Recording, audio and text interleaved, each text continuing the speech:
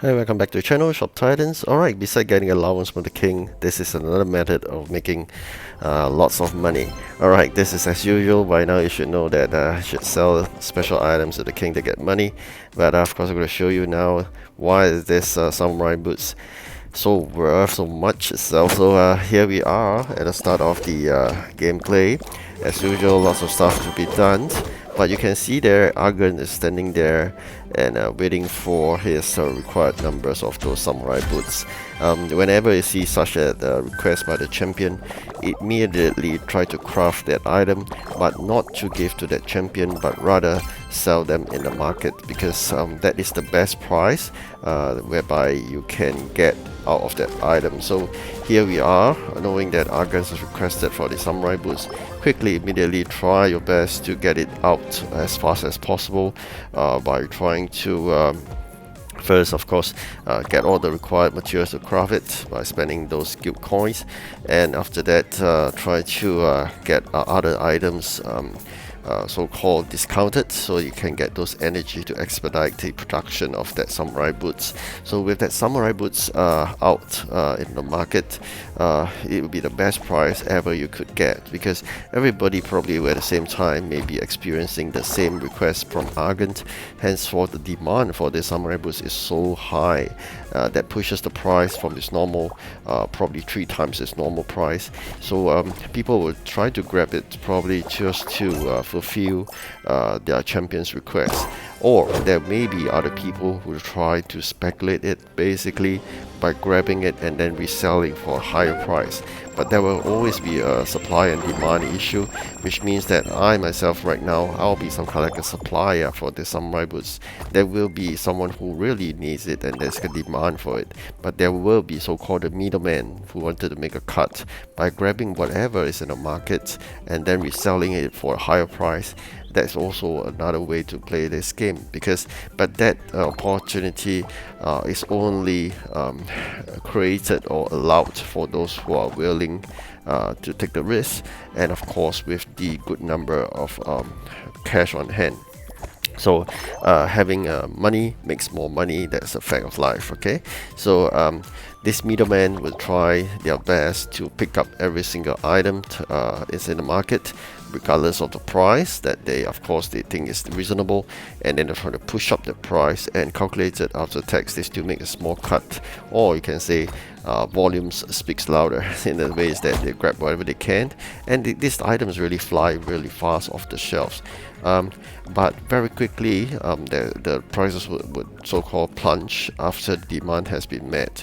And for this so-called middleman, normally they will try their best to get rid of their stock on hand really fast. So probably it's a very short period of time they'll grab and then they will try to sell, and then they will just exit the market by making a cut of the profits. So they do not need to, like us, produce the items, but they have the items and then they can make a cut of it. So not too bad for them, right? So for us as producers, the risk is low, apparently, because we produces it without the need for any so-called risk in a way. There's no cost besides the materials you have, and then you sell it for 3 times the normal price that you can get from the market.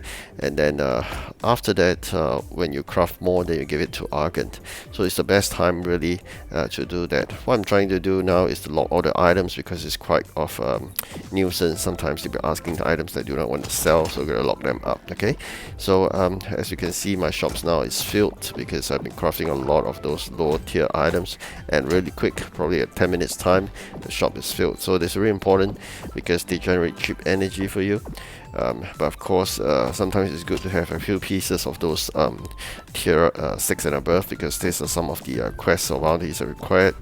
So here we are filled with customers because the shop is full. I think it's the way it works. If your shop is empty, there won't be any customers, but once your shop is filled, customers will flow in really quick. So it's always important to keep your shop fully packed with stuff, so people can be attracted into your shop and then start the energy flow going itself. Okay, so Talking about back to the middleman approach, if you really want to try being a middleman, by all means, you can do that, but you got to take some risks as well. Okay, how do you hedge that risk? This means that how do you minimize that risk? What you can do is to have a composite, means a combi, also call it hybrid method, which means you can, while be a producer, at the same time you grabbed the items from the market. So with that, you have hedged your so-called cost itself. So eventually, whatever you produce plus whatever you bought, you try to push it higher, and this is a win-win to you. I mean, in a way, had you just sell in the market, probably it's 300,000, but you try to grab whatever is in the market, you push the price up to 350. Whatever you can sell based on your produce is now 350, and based on the 300 you bought, you swing push up to 350. You will also make a cut on that, because generally people with a lot of that product would also use this method to try to push the price up and then sell their bigger lots at a higher price. They may need to try to keep on pushing the price up by buying a lot of those items. And again, cash is the important key to this whole gameplay. I used to do that, speculating in the market, using Gladius. Gladius is really cheap, and the good thing is about the Gladius, I know the price. When it's like $2,000, it's really cheap, but once it hits 8,000, that's the max. So you try to push based on the fact that you have a lot of Gladius. That time I think I got probably a producers of 100 Gladius, and then from there I pick up another 200 in the market, and then I resell it at a very good price. So when you try to push a price from 2,000 to so-called 6,000, it takes a lot of Gladius to push that price up, and because you know that there'll be a big bulk that you try to put in a head, probably like 100 or more on 6,000 plus. When you try to push the quantity up, eventually you reach that price, because people will also see them jump onto the wagon. They will try to push beyond 6,000 to 8,000, but try not to do that, because 8,000 is the max. It's very risky. You play it, enter at 6,000. So for Gladius, always enter at 2,000, and then once it's reached, push to 6,000, let it go everything, so that let others go and push it to 8,000 by all means. But for you, stop it at 6,000, and they'll make a good tidy profit, I would say. Yeah. So likewise, for all items, you got to try an error in the market.